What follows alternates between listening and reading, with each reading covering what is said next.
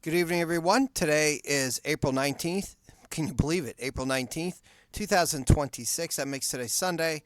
And this is your weekly look at the weather ahead presented by Flagler Weather Info, the service of Flagler County Assist. And we're going to be taking a look at what's to be expected with our weather conditions as we go through the week ahead. We're also going to look at the wildfire danger and wildfire concerns at the end of towards the end of the broadcast. So right now we are looking at satellite imagery, and this is a cold front that's slowly working this direction. And a little bit of light rain showing on the radar with this, but most of that rain, if not any of it, is none of it's getting to the ground. It's evaporating before it gets to the ground. But some of you out there might see the odd spot of rain this evening as this moves through, but we're not expecting any storms or anything like that. But there's some action going on under those clouds, and we take a quick look at satellite radar here. And again, you could possibly, it looks like we actually do have a little shower popped off out here north of Ocala, but all the rest of this stuff looks to be evaporating before it gets to the ground. They call it virga. However, I cannot rule out the odd drop of rain, odd spot of rain happening with this activity. It's not going to be measurable at all. So let's go ahead and talk about what's going to be going on with our weather here. So as we start off the beginning of the week, we do have a front that's moving into the area. A little weak low pressure system is going to form along it. And then as we get to tomorrow, that front goes to the south of us, high pressure builds in, and it'll be quite breezy as the pressure differences between this high pressure system, which spins this way, right against this front. And so some very gusty winds right along the beaches, especially tomorrow. We can expect a high risk of dangerous rip currents at the beaches tomorrow as well.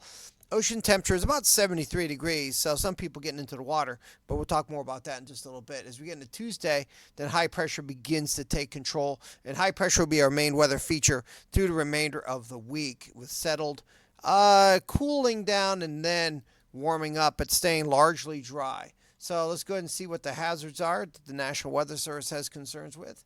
And so we are still looking at widespread drought conditions. Now, Flagler County's gotten a little bit of a break, but we're not off the hook by any stretch. There's red flag warnings in force well off to our north and west, not for us. Here we go, though. Gusty coastal conditions, hazardous boating conditions tonight. And so we can expect some gusty winds at the beaches. A little bit like a low-end nor'easter, but without the rain and all that stuff. So, but it is going to be quite gusty at the beaches. Now, red flag warnings don't apply to us. We're going to go right past that. That does not apply to us either. We're going to go right past that. If you're a boater, small craft advisories come into place this evening into tomorrow. Again, gusty north winds banking up to the northeast, 20 to 25 knots. That's 25 to 30 miles per hour. Gust up to 35 miles per hour possible. And seas building up to 5 to 8 feet. So, and the surf conditions will get quite rough. Now, this is the one map that a lot of people are watching and waiting to see what's going to be the deal here with this. This is the current drought monitor. So, remember that nor'easter we had about a week and a half ago? Well, that gave us a little bit of a break because we had up to 4 inches of rain in a few places. So, this one little part of Flagler County got knocked back down into severe drought as opposed to being extreme. The rest of us are in extreme drought. And right now, we've had some wildfires popping back up. We got one wildfire in the county that's contained, but in Putnam County, right now as I speak, they have some pretty major wildfires going on, and I will show you those in just a few moments. So let's take a look at our forecast first. And so this is your chance of precipitation for today. Again, very minimal chance, like a 10% chance. Best chances of that, western Flagler County or northeast up by Marineland. For tonight, that rain chance shifts south of us. Again, very minimal. Tomorrow, we stay dry. We stay dry through the rest of the week. Now, when we get towards the end of the week, take Saturday, we're going to introduce maybe about 15 to 20% chance of the odd shower or thunderstorm. With that being said, this is a very low confidence forecast at this point. And any showers and storms will be very few and far between. Matter of fact, they might even take it out of the forecast. So that's not really going to be any consequence at all, really. But we'll monitor that. And if there's some significant changes, we'll do an update in the middle part of the week. So rainfall amounts, how much rain are we going to get?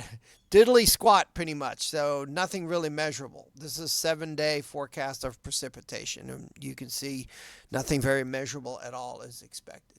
So let's talk about winds and then we'll talk about temperatures because those are probably the two biggest things that will be changing this week. So wind gusts, remember this is gusts, not sustained winds. So tomorrow we're going to be gusting up to 31 miles per hour at the beaches, around 30 miles an hour inland as well. And this combined with the dry conditions, even though it is severe drought, not exceptional, we're still going to have a wildfire risk. The only good news is the winds will be coming out of the north and the northeast, and that brings some humidity in, and that actually helps mitigate the fire risk slightly. It does not eliminate it by any stretch. But northeast winds usually, carry some humidity with them. Now, again, the beaches, just beware, it's going to be quite gusty there. So if you have any really lightweight items on top of things like trash cans, stuff like that, nothing like that nor'easter we had a little while ago. But if you're, right along the coast, you can see gusts up to 31 miles an hour, maybe a little bit better than that on Monday. But that's going to turn the ocean up. Dangerous rip currents will be prevalent. Tuesday, we're going to see those winds coming down, but still quite breezy, gusted to 20 miles an hour. And then by Wednesday, we get down gusting up to 15 miles an hour. That's about a normal day for us. And then we kind of stay with that the rest of the week. So we don't see any significant changes there. Monday looks to be the windiest day. Again, like a little nor'easter, but without the rain and the clouds and all that stuff. So it's going to be chiefly sunny outside. Let's talk about temperatures now. How is the temperatures going to set up? Today, we got up near 90 at inland locations and at the 80s at the beaches. For tonight, we're going to be down in the 60s, lower 60s inland, upper 60s near 70 beaches. You may find that these warmer temperatures take place earlier in the evening, and then temperatures may actually fall later on tonight. But expect things to bottom out right around 63 degrees inland, 61 out by Mondex, and then 68 at Flagler Beach. Now, tomorrow, let's get to tomorrow. Sorry, I skipped ahead a little bit. We're going to be a little bit cooler. So instead of getting up into the mid-upper 80s, we're going to be getting into the lower 70s at the beaches. Remember, the ocean temperature is about 73 degrees, so keep things cooler there. And a gusty northeast wind coming in off that ocean. But inland, like along the US 1, Floyd East Coast Railway corridor here, about mid-70s. And then getting there 80 inland. Palm Coast about mid-70s or so. Cooler in the canals. West of I-95, it'll be warmer. So an area where it's not as windy and lots of sunshine, you're going to see it a little bit warmer. But it will be cooler than it was today. But not by much. Now, temperatures will be down into the 50s tomorrow night into Tuesday morning. You will notice that if you're an early riser, if you get up early for things, it will be notably cooler, kind of like it was the other day. And then as we go through the rest of the week, highs again right around 80 degrees on Tuesdays. We start to recover. Lows still down in the 50s. As we go into Wednesday, highs again near 80, low temperatures in the 50s. And pretty much that's how it stays the remainder of the week. When we get towards like Saturday, now we're going to start getting warm again. High temperatures getting up to 87 degrees inland. And about 80 degrees at Marineland and about 80 degrees at the coastal locations. Saturday's a long way off, so there could be some tweaks to this forecast here. But that's how those temperatures are looking. So we looked at the temperatures, we looked at wind gusts, and we looked at rainfall chances. How about the long-range forecast? How are things looking with that? Well, right now we're looking at temperatures to be averaging. It doesn't mean every day is going to be warmer than normal, but we're expecting temperatures to be averaging above normal as we go into the end of April. From April 25th to April 29th, look for temperatures to be averaging above normal. Again, you could have a cooler day now and then, but on the average, expect temperatures to be warmer than normal. Now, here's some good news because we do need it. Precipitation chances also above normal in that same time frame, April 25th to the 29th.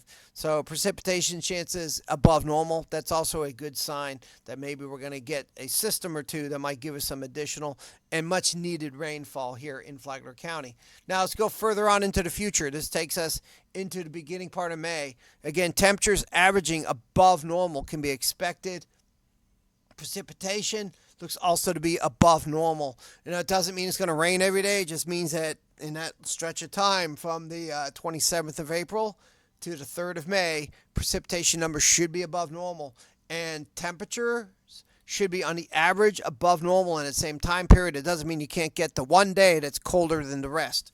But on the average, expect temperatures to be above normal. Okay, let's talk wildfires now. So since we're getting back into that because it has been so dry despite the rainfall we've had.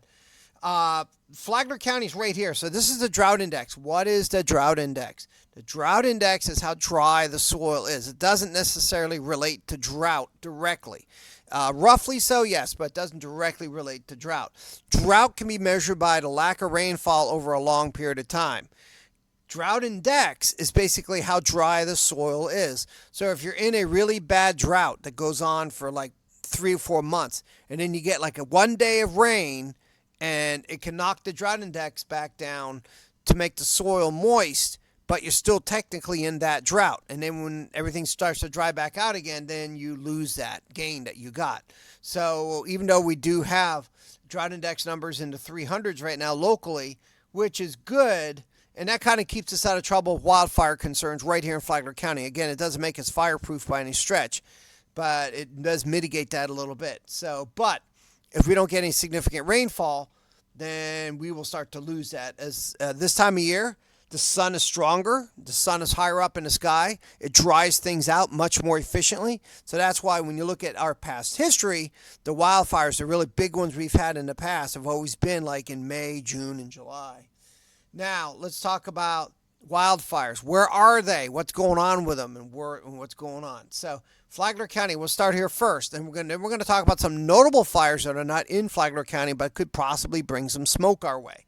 So, this one right here is called the Moore Ave Fire. It is currently in Flagler Estates. It has got 28 acres. It is 100% contained. I heard the crews go up there earlier today, and they've been working on that fire to make sure it stays contained. I heard Firefly go up there, do some work on it as well.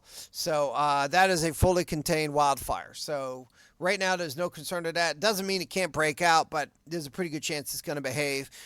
Florida Forest Service and others are watching that one. Now, what's going on? So just for reference, Flagler County is over here. This is Palatka right here. Okay, and then earlier today, a coal train that was making its way down, I'm not sure if it was going, I think it was coming south. It was dragging some equipment. Something was wrong with it, and it was causing sparks, and it lit off a few wildfires. So the first one's up here in Clay County. It is now 1,000 acres. The Cruise Road fire, 1,000 acres. That's a massive wildfire, and that is ongoing right now. It is not contained by any stretch. Okay, so the next fire is called the Railroad Complex Fire. This one is in northeastern Putnam County near Boswick. It is at 700 acres. It is 0% contained. Also triggered by that freight train is what the suspicion is. The one thing all of these fires will be properly investigated, and they will determine the exact cause. But it's very likely that, and that's just me speculating on the information I know because I'm a railroad enthusiast and I follow train stuff, that CSX freight train likely triggered those fires. And then we have another fire, which is the McNillan Road, which is 50 acres. And that one is about 70% contained. So we're starting to get a handle on that one. But this has disrupted rail traffic in the area. And we can see that. And I'll show you real quick. Whoops. That's not what I wanted to do. That's what I get for typing too quickly. So, this is the national map of rail of everything moving on the tracks. So this is Amtrak 98, and this is the Auto Train 52. And these guys have been stuck here for hours because of all the wildfires up here. So the railroad is disrupted. US 17 is also disrupted. So if you have any travel plans up this way, I would not go that direction. And you can see the Silver Meteor. It's, indicated service disruption. He was only 9 minutes late. He was having a good day. He was only 9 minutes late getting out of Palatka before the train dispatcher stopped him. And then the next train is Auto Train, and they are also stopped. He left 9 minutes early out of Sanford, and he is stuck there too. And again, that is because these trains are stopped because of these fires right here. And these trains will not be going through until this is mitigated safe enough for those 2 passenger trains to pass through there. So, so anyone unlucky enough to be on one of those trains is going to be sitting there for a while. So, to wrap things up, before we close out, it's going to be a breezy to windy day tomorrow, especially windy at the beaches. Temperature is a little bit cooler tomorrow. Again, if you have any very loose, lightweight items, things like trash cans, stuff like that are empty, anything that can be really blown about by the wind, I would get those in tonight. Again, it's not going to be like a tropical storm or a strong nor'easter. You don't have to do any of that stuff. But if you have any trash cans or any flags or anything like that that's susceptible to the wind, I would get those things out, get those things secured tonight because those gusty winds are going to be coming down the coast. Tomorrow, breezy, windy day, cooler, highs in the 70s, lows in the 50s tomorrow night.